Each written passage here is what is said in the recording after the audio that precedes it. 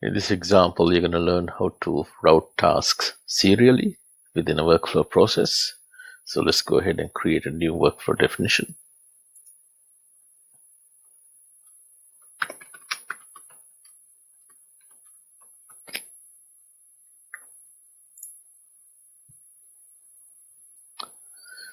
Once the workflow definition is created, we're going to first drag and drop a task step.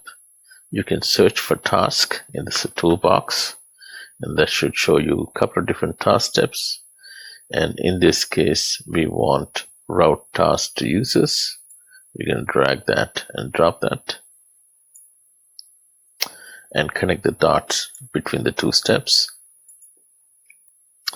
Now, first thing, if you look at the properties window on this particular task step, there are many options.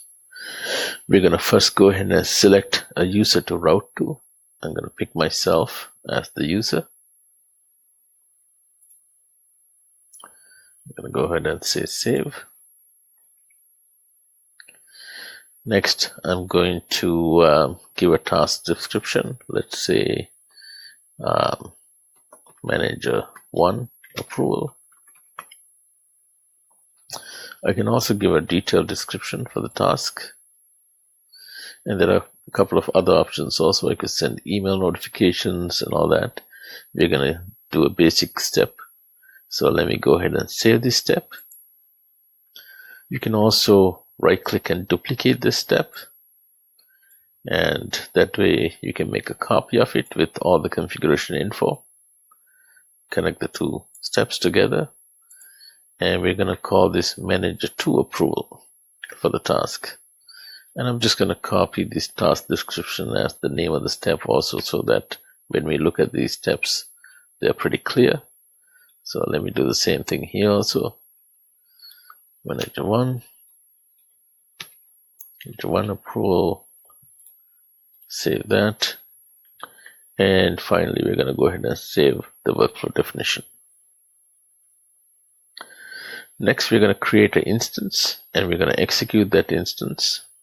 So let's generate a name for it. And we're going to say create and execute. At this point, the workflow will be processed by the engine. We can leave the workflow designer and we can look at the workflow instances now. You will see that it's in a state of sleeping. And we can also graphically render it and see where we are. So you can see it's waiting on Manager 1 approval. So let's go to our task list. There are many ways to do that. You can go to the menu here, go to tasks and go to the list. Or you can also go to over here and go directly to the task. So let me go directly to the task. And in this particular task, I can now complete this task or reject the task. So I'm going to go ahead and complete it. At this point, you can see that the task list already contains the next task from that particular workflow process. So I'm going to go ahead and open that task. Let's go ahead and complete that task also. And there are no more tasks to complete.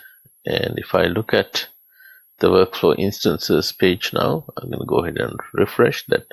The workflow status is finished and it has completed all the way through.